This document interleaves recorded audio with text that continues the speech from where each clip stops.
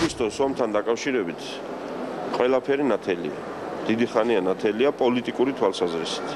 პოლიტიკური თვალსაზრისით რუსეთი დიდი ხანია ცდილობდა მოეკიდებინა ფეხი საქართველოში, უფრო მეტად ვიდრე მას ეს ჰქონდა სამშვიდობო ძალების მეშვეობით და 2008 წლის აგვისტოში მან იპოვა ამისი შესაძლებლობა.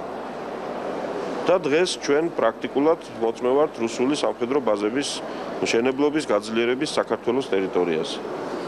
საქართველოს ხელისუფლებას შეეძლო თავიდან აეცილებინა ეს ტრაგედია. მან ეს ვერ შეძლო. ჩვენ საქართველოს ახალი ხელისუფლება, რა თქმა უნდა, ყველაფერს ვიღონებთ იმისთვის, რომ არა მარტო გაგრძელდეს არაღიარების პოლიტიკა დემოკრატიული მსოფლიოს მხრიდან და საერთოდ მსოფლიოს მხრიდან, არამედ გამოიძებნოს დამატებითი გზები და საშუალებები იმისთვის, რომ ჩვენ სწორედ დემოკრატიული სამყაროს მხარდაჭერით საბოლოოდ მოვაგვაროთ ეს პრობლემა. ჩვენ ხედავთ, რომ ბატონი ლავროვი კმაყოფილია საქართველოს მთავრობით, დარწმუნებული კმაყოფილი იქნება პრეზიდენტი პუტინიც.